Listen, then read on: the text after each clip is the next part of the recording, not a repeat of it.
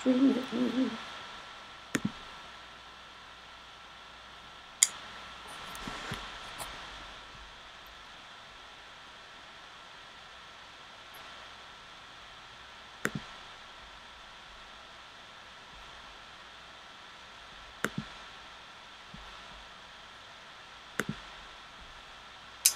We are getting started in just a couple of minutes. So we are logging on here on Instagram, we're logging on to Facebook, and we are starting in 3 minutes.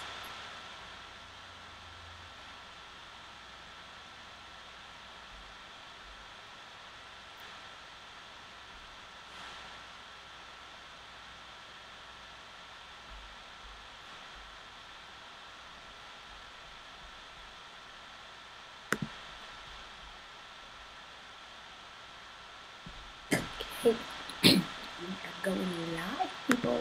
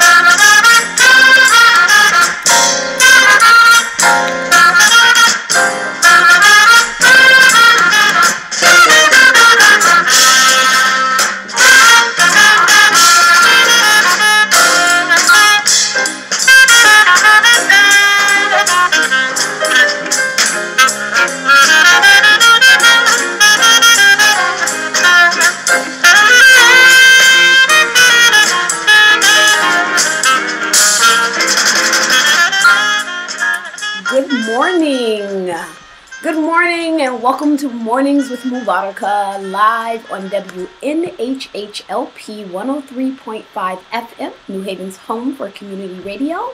I'm Mubaraka Ibrahim, and we are streaming live from the Beaver Hills neighborhood in New Haven, Connecticut. We're also live on TuneIn Radio.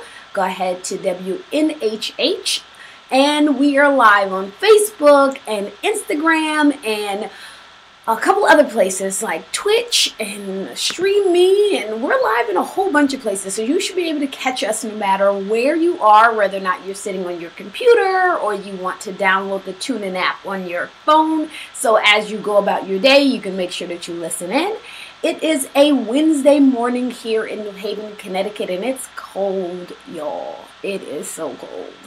Oh my gosh. You know, I always look at the weather every morning to kind of like decide what season it is going to be, because we have had a bipolar winter. Some days you go outside and it looks like it wants to be spring, and then some days you go outside and you're like, no, winter came back, and then the next day it's spring again.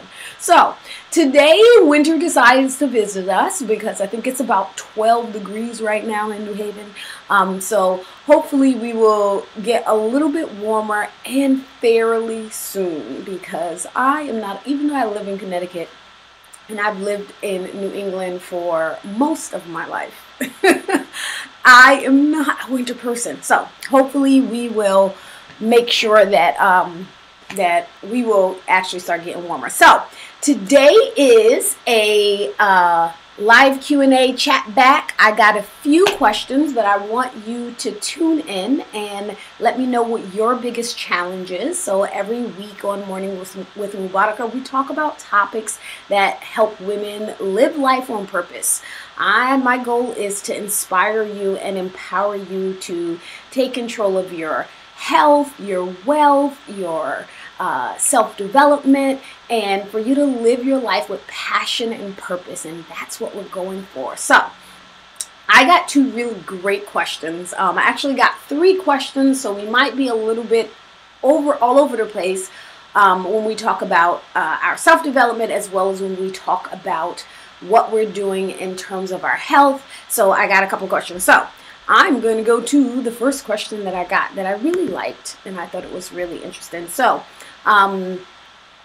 to the person that messaged me, so I always, whenever I ask you to ask me questions, if you posted a question or a comment underneath one of the social media pictures, or you don't mind me saying who you are, then I normally just say who you are. If you are too shy to ask directly on social media in the comment section, then I generally will not say your name if you send it to me as a direct message. So to my direct message person, she said that I feel like I'm all over the place with my life. How do I get focused? That is an excellent question. I love that question because I think it's something that we all go through every so often, right? So even people who seem like they have it all together and they're doing what they love or what they want to do, there comes times when you just feel like you're not focused and you're spinning your wheels, right? When we have this really bad habit of being human. Instead of being human beings, we're human doings, right? Because we're all constantly doing things. And we have this perception that if we're busy, then we're being productive. And that's not always the case. Sometimes you can be constantly busy and get nothing achieved, right? And I know that you can relate to me on this because everybody kind of gets to those moments that just because you feel stuck or you feel like you're not going anywhere when it comes to your goals doesn't mean like you're laying in the bed all day. You're getting up and you're doing things, but you may feel like you're not exactly doing things, okay? So I have a couple of suggestions for how do you get focused. And the first thing that I would suggest is choose an area of your life that you want to make progress on, that you want to achieve something in. So it can be in terms of your relationships with your spouse or with your children or with your siblings, whatever that is in terms of relationship. And if you have multiple things, I would recommend that you really choose one thing at a time, right? So we also have an area of health, and health doesn't always mean weight loss. It could mean your sleep habits. It could mean your nutrition habits. It could mean the level of your stress, right? If you live a really high stressful life, or if you tend to be a worrywart, that can be something that can be worked on. You can choose your spirituality. You can choose your relationship with God or your higher power. Whatever it is, you have to choose something that you want to achieve, right? So the way that we feel like we are focused and achieving is that if we are seeing progress in something. You wouldn't get in a car and say, hey, I'm going on a vacation and just drive, right? There has to be a destination. If you want to get someplace, you have to know where you want to get to. And so that is where choosing something that you want to achieve becomes really important. And really decide what that ultimate goal is. I think one of the mistakes that people make is that they actually make their goals too small, right? Instead of really making a big audacious goal, instead of really trying to create something that is what their ultimate achievement is, people will tend to try to stay practical, right? So that is something that we'll talk about in my third tip on this. Don't stay practical. Don't be practical. Think big, think global, think international, think what is your ultimate dream, right? So if fear didn't hold you back, if failure was not an option, what is it that you would ultimately want to achieve? So once you decide that, then you need to ask yourself, why do I want to achieve that? Why do I want to, be a talk show host? Or why do I want to have $1 million company? Or why do I want to get that PhD? Understanding your why is just as important as understanding what you want. What you want, a lot of people really don't know what they want. I think that that's part of not being able to have focus and clarity is you don't know what you want. So once you decide what you want, then less people know why they want it, right? So often when I talk to people and we talk about money or business or entrepreneurship, people know they want to make money. But why do they want to? Well, because I want to be debt free. But why do you want to be debt free? Anytime you ask yourself a why, you should be able to go into that why with 3 to 5 more whys. I want to start a business because, why? Because I want to make money. Why? Because I want to be debt free, or I want to have time freedom. So your why doesn't necessarily have to be just because you want it. So we're going to use this. Let's go with the example of just making money, right? So there's a lot of reasons why people want to make more money. It could be so that they can have more time freedom, right? So if you are making more money, you have a job that's paying more, or your business is paying more, you have to work less overtime. You have to invest less of your time in developing your business or creating new products, right? So your why may be for you to have time freedom. Your why could be that you want money for security. Maybe you've come from a background where you've had an issue with being evicted. You've experienced eviction. You've experienced, utilities being turned off, or even experienced homelessness. And you understand that having money will give you the security so you don't have those negative experiences again. And that is just as important. And it's okay to have that as your why. Keeping those two things in mind, exactly what you want and why you want it, is what's going to keep you focused. When they say, like, when you set your goal and your intention, the universe works in your favor, that comes from the mental focus that we get when we know exactly what we want. So here's an example. Have you ever, you brought a new car, right? Or, someone else that brought a new car. And all of a sudden, you see this car everywhere. You see it when you pull inside of the grocery store lot, when you're driving on the highway, and you never noticed the car before, but all of a sudden, you're constantly noticing the same car, or even the same color car, right?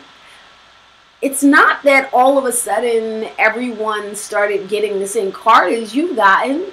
The amount of those cars being sold or in proximity of you hasn't changed from last week when you got the car.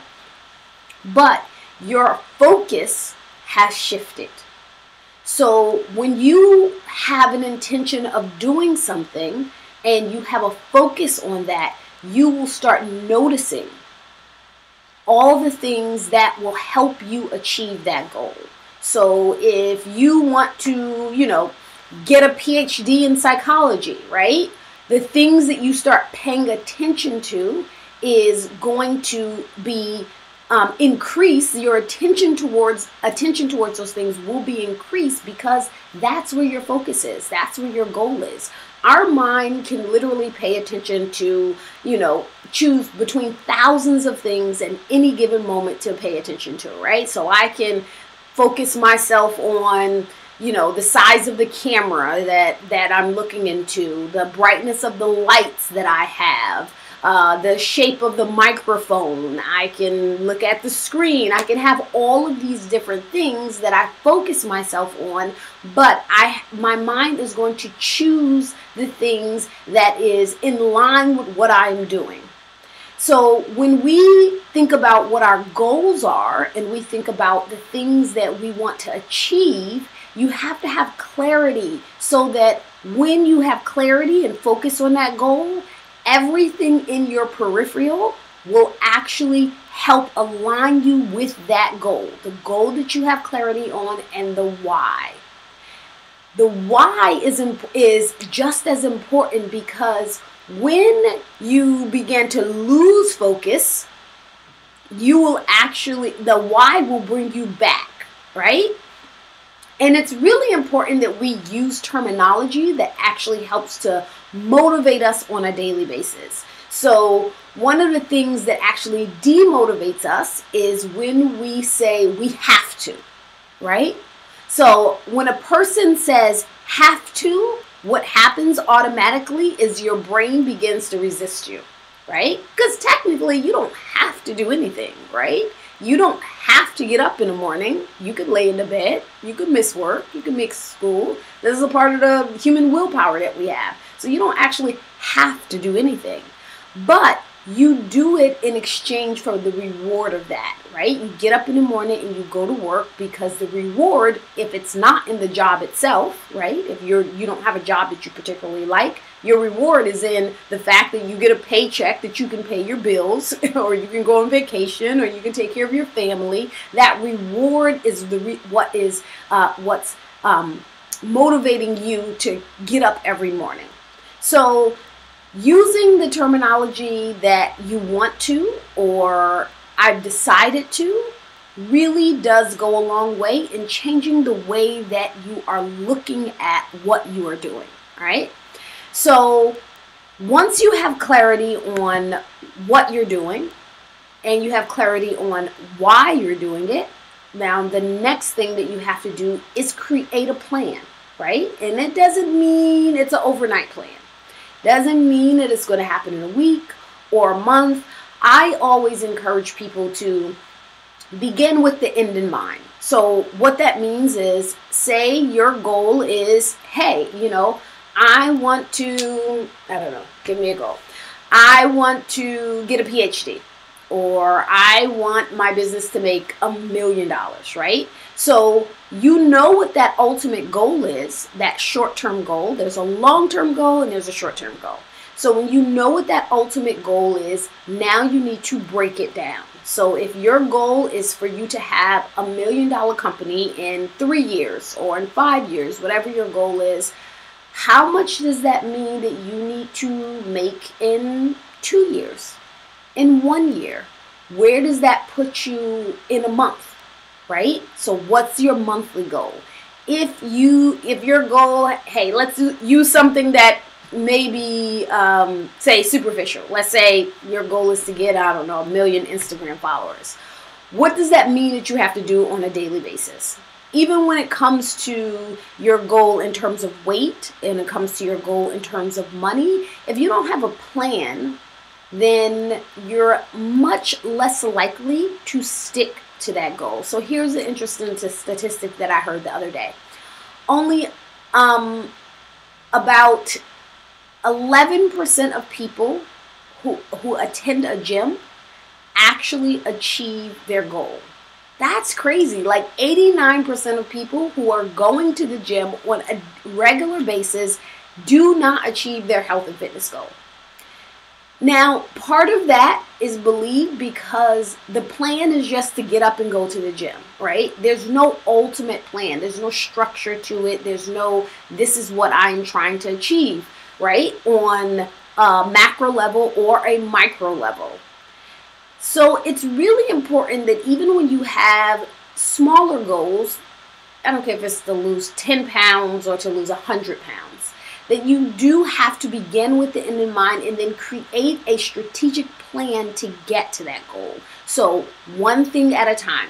What does that mean in terms of how you what you need to do on a monthly basis. Break it down to a weekly basis. Break it down to a daily basis. If you follow me at all on social media, you know that I'm always talking about how important it is to have a goal every single workout, right? Every single workout. So it's not about, I want to be able to run 3 miles in a month.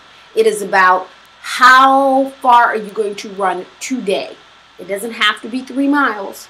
But it needs to be a goal that you set for yourself that is beyond what you did yesterday. Every single day you should have a goal. If we want to take that and convert it into what you're doing in your business, if you want to make $10,000 by the end of the month, what is it that you need to do today? What is the activities that you need to do? And it's really, and so this is where it gets kind of, I want to say it gets, I don't know, janky is a word? I don't know, is janky a word? This is where it's going to get a little crossed, right? You want to set a specific goal for each and every day, but you also want to make sure that you are focusing on the process, right? So when you are constantly just focused on the long-term goal and you don't enjoy or understand the process of getting to that goal, then it becomes more like a chore, right? Where you are just kind of like moving and going through the motion of it. So how do you take that process and you really make it something where you're actually going to enjoy it, that it doesn't become a chore? Think about the value in what you are doing. So this is where it comes, where we come to the point of, why are you doing it? What is the intention and the value of what you're doing today? How am I using this for value for my life, or for other people, or for my business, for my health? What is the value behind what am I doing? That is a part of all of those things combined is what helps you get focused and stay focused. So decide exactly what you want, and it doesn't have to be everything, but choose one thing for right now, and then do some introspection to find out why you actually want that thing. Then you actually create a plan to get it with some strategic steps. You begin with the end in mind, and then you build yourself up to achieving that. So that was question 1. If you are just tuning in, then you're listening to Mornings with Mubaraka on WNHHLP 103.5 FM in New Haven, Connecticut. We're streaming live from the Beaver Hills neighborhood of New Haven on TuneIn Radio and Facebook and Instagram and a whole bunch of other. I think we're on Periscope, we're on Stream Me, we're on a lot of places. So there's no reason why you have to miss the show, because you can watch live, ask questions live every Wednesday morning at 10 a.m. And if you happen to miss any part of the show, you can actually go to iTunes and SoundCloud, and we are archived in podcasts. Just look for WNHHLP, and you can find all of our past shows there so that you can catch up. All right? So the next question in our Chit Chat Live I got from Sastra Solera on Instagram. And she asks, how do I live life consciously and stable emotionally? I love this question as well. The reason why I love this question is because it is just another way of saying what the purpose of this show is, which is live life on purpose, right? So how do you live life consciously? The first recommendation that I would make is that you start everything with intention, right? So if you're starting everything with intention, and not just with kind of like, I intend on walking to the store, right? Not something that's so simple as that, but with the intention of, How is this thing, again, serving in some way? Is it serving you or is it serving others, right? What is the intention behind it? So here's an example that I'll give that I started a couple of years ago, is having the intention with even the smallest things, even if it's a conversation. Going into a conversation, I wanted to begin to practice the skill, and it is a skill of listening, right? And listening with the intention of hearing and supporting and loving, and not with just the intention of to respond, right? So I recognize that having that skill and that ability to listen, to truly listen to people, really made a big difference in the relationships that we have, the relationships that I have with my husband, the relationship that I have with my kids. And sometimes in that process of listening, you realize that you actually don't have to respond. Sometimes people just want you to listen to them.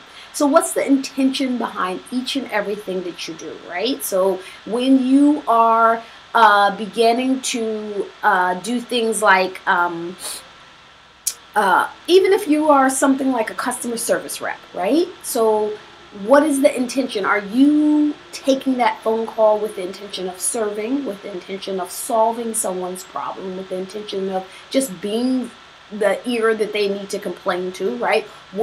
Start everything with intentions.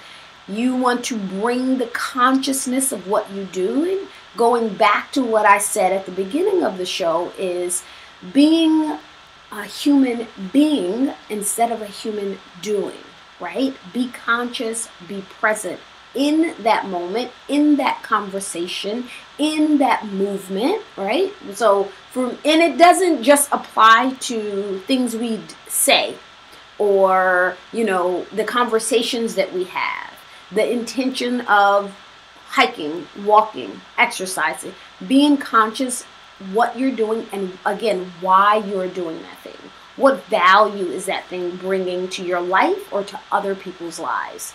That is to me the start of living life consciously and on purpose, right? So we have there's this saying that says, it's better to ask for forgiveness than to ask for permission. I personally don't believe in that. I don't believe, because what it does is an indication of when you want to do something bold, when you want to do something grandiose that others may not agree with, that it's better for you to just go ahead and go for it and do it and then ask for forgiveness later. If you are doing something with intention and you're doing it in alignment with your values and your principles and your belief, why do you need to ask for forgiveness? So that's a part of the reason why I don't really believe in that concept of doing something and then asking for forgiveness later. You don't need to ask for forgiveness to be your authentic self.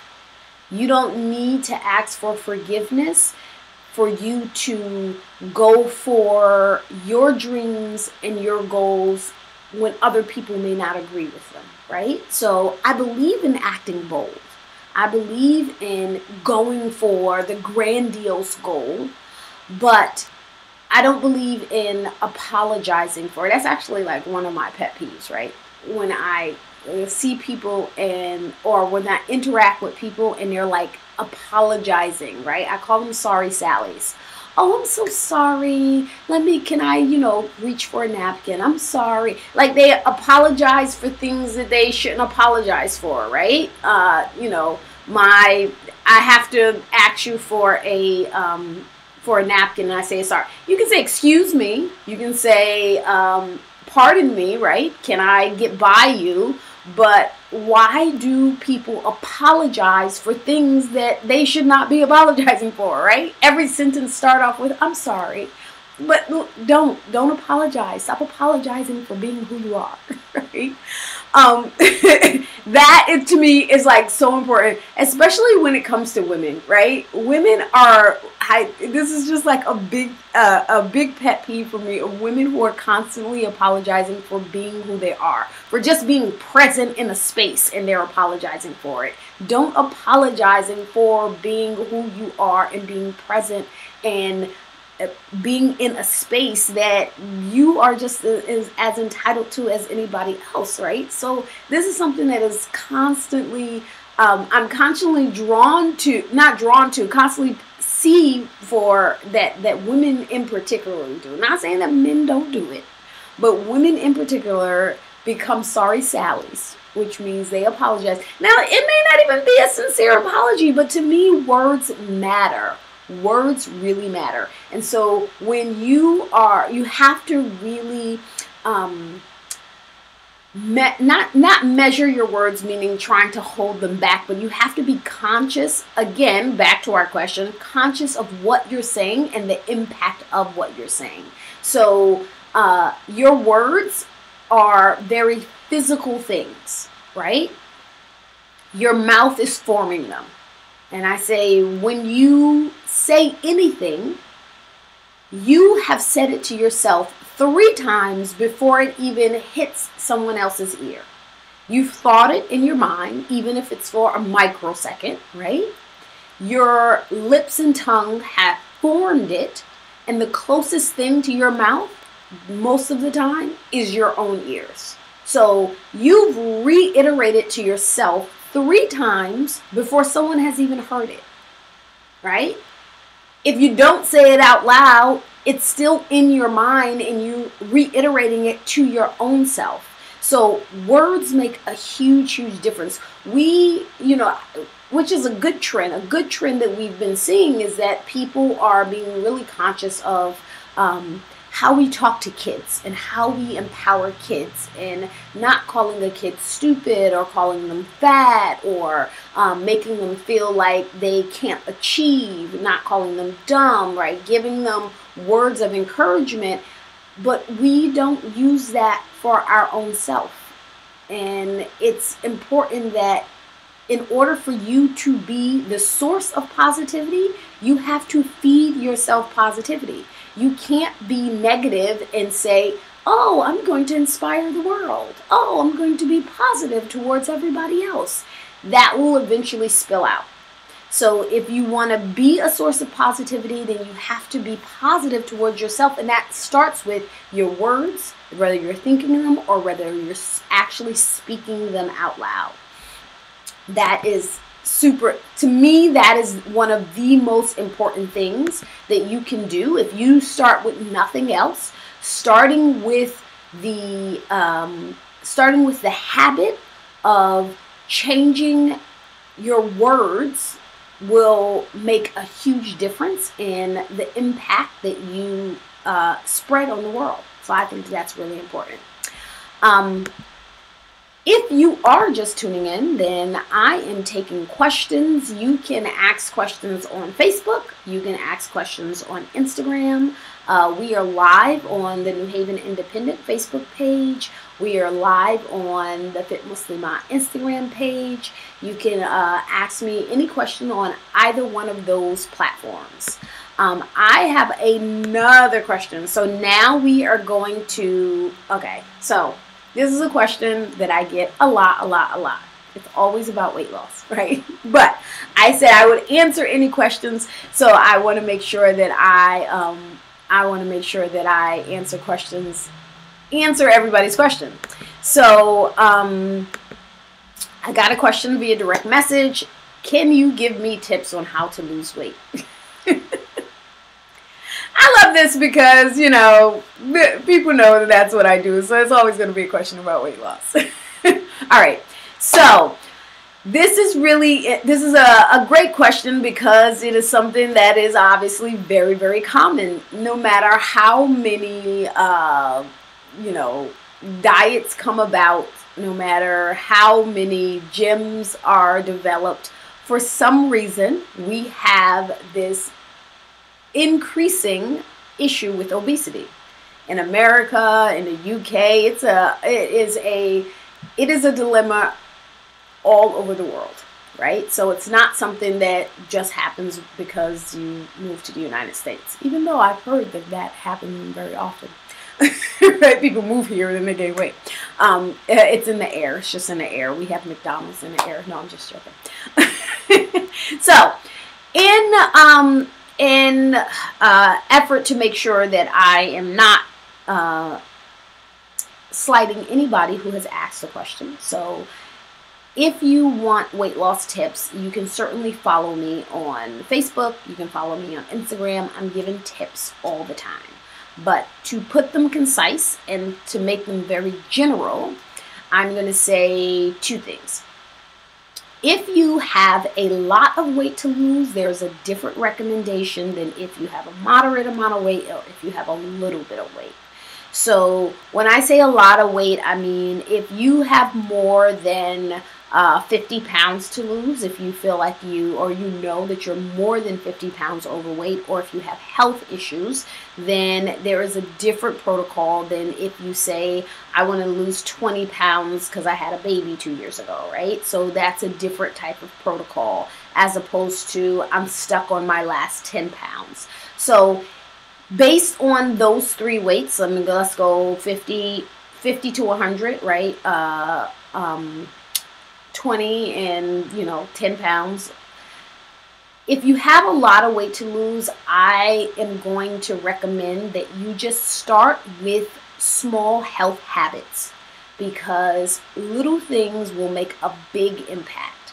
In order for you to hold on to that amount of weight, then there are several things inside of your lifestyle that are affecting you that can change for the better.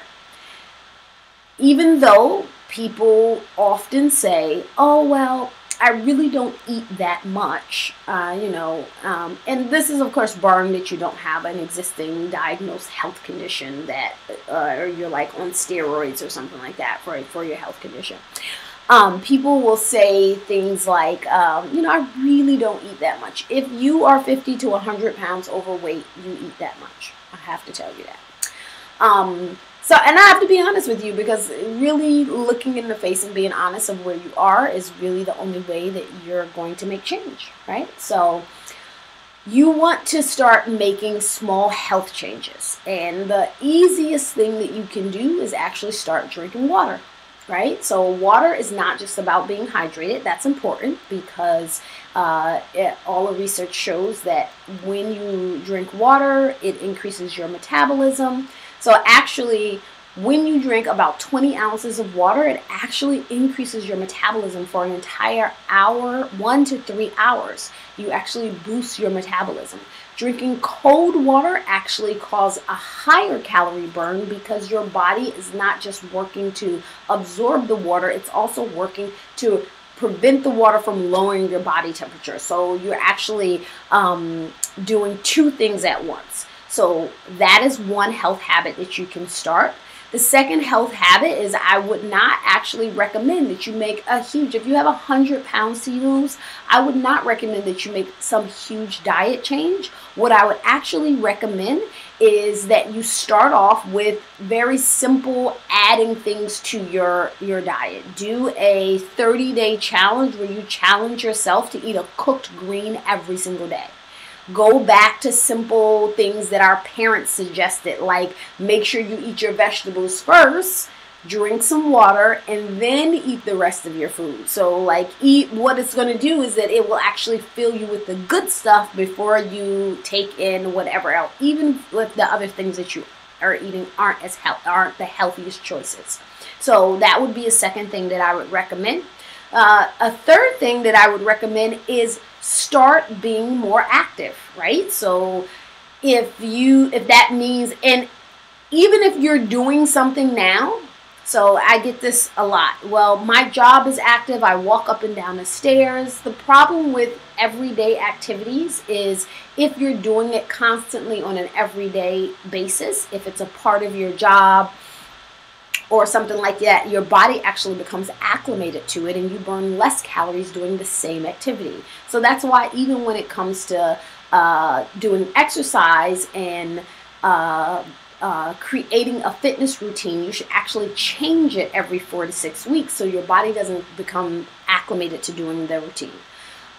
So start off with just walking, right? Walking 3 to 5 days a week. Always take at least 1 to 2 days of doing absolutely no exercise, no matter what fitness level you're at, because your body and your muscles need time to recover.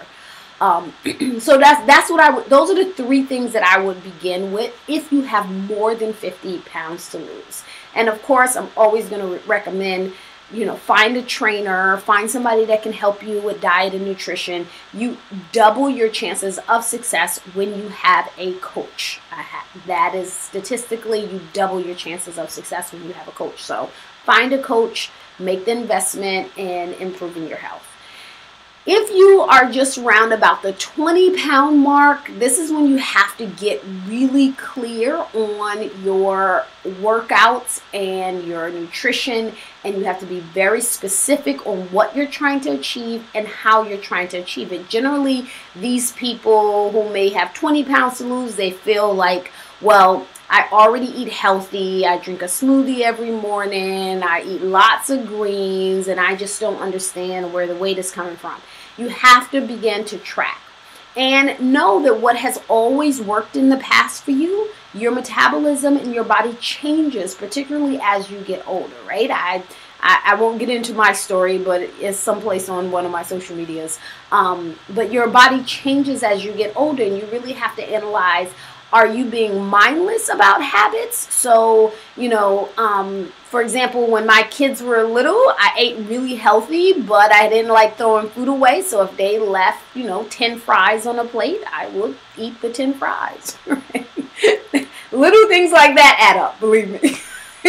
So are you being mindless in doing things like that, right? I eat healthy, except for every single morning I have a Frappuccino that's 800 calories, right? But everything else in my life is, everything else that I eat is healthy. Little things like that make a big difference. So if you're at the 20-pound mark, I would suggest that you actually start off by keeping a very detailed food diary for at least 2 weeks. Like literally write down every single thing that you put in your mouth. And then you can look at that and you can analyze, okay, I didn't realize that I was having extra here and extra there. Maybe I'm eating too much sugar. Maybe that Frappuccino every morning is what's contributing to the weight, right? So you have to find the little sabotages that you are giving yourself.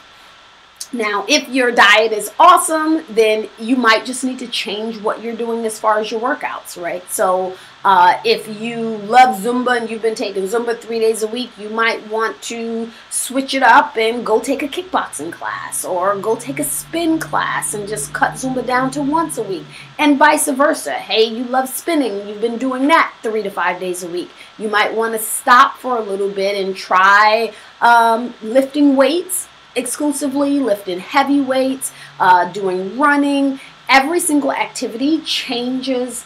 You're using different muscles, you're using a different mechanism and way your body is moving. So even if you are a strong spinner, you may suck at running. And just because you run well, you may be really exhausted if you try a kickboxing class, because you're using different muscles for each one of those activities. So I would suggest that you switch things up, that you track your nutrition, that you find out where you're sabotaging yourself at, and that you switch up your workout routine. Now, if you have even less weight than that to lose, then you really have to be really very specific in the changes that you're going to be making so that you can really hone in on exactly where it is that you are leaking from your nutritional habits, or you are maybe skipping an exercise, a workout day, and when you skip that workout day, or you may not be given 100% when you do your workouts, you have to start being conscious of those type of things. All right. So that is the answer to the question of how do I lose weight? And if you are just tuning in, then oh darn it, you've missed most of the show. So we have about 5 minutes left of the show, and if you're just tuning in, then this is Mornings with Mubaraka, and it is a live radio program every Wednesday morning on 103.5 FM in New Haven, Connecticut, on WNHHLP, and we stream live from the Beaver Hill section of New Haven, Connecticut, and on TuneIn Radio, as well as New Haven Independent and all of the social media that we're on. If you want to tune in, you can actually go ahead and subscribe to our notifications. You can make sure that you are alerted that when we go live. You can make sure that you share this, host the watch party, you know, all of the good things that make people want to tune in to WNHH. And we have on WNHH as every Wednesday morning, I'm here live. Today is a chat back, which means it's just me chatting with you, having a discussion. But generally, most of the shows, we are talking to phenomenal, leading, inspiring women who are movers and shakers, who are going to give you tips and who are giving you tips on living life with passion and purpose. So next week we have Nancy Alexander, who's going to be joining us. We had and we've also had several past guests. So make sure that you go to iTunes or you go into SoundCloud and you look up WNHH and you find Mornings with Mubaraka and look at some of the past podcast archives that we have. So we've talked about business, we've talked about health, we've talked about financial empowerment. We've talked about a lot of things on this show that can be really helpful for you. So make sure I'll put the links underneath this video on Facebook so that you can know where to find us. When we are here live, you can always find us on the New Haven Independent Facebook page as well as my Instagram page. But go to New Haven Independent, go to the Fit Muslima page on Facebook to make sure that you have subscribed and that you're getting notifications. Remember, Facebook keeps changing all of their algorithms, so just because you like the page doesn't mean you're actually going to get notifications for it. You have to actually tell Facebook to notify you. So subscribe, see first, get notifications, so that you can make sure that you are alerted when we go live, and you can send messages and ask questions and participate in the conversation.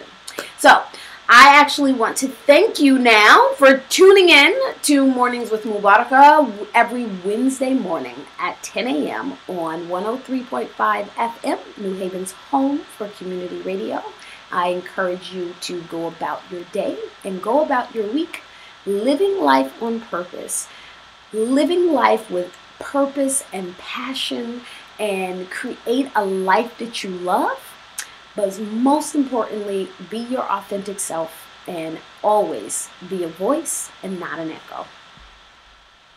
Until next week, we'll see you then.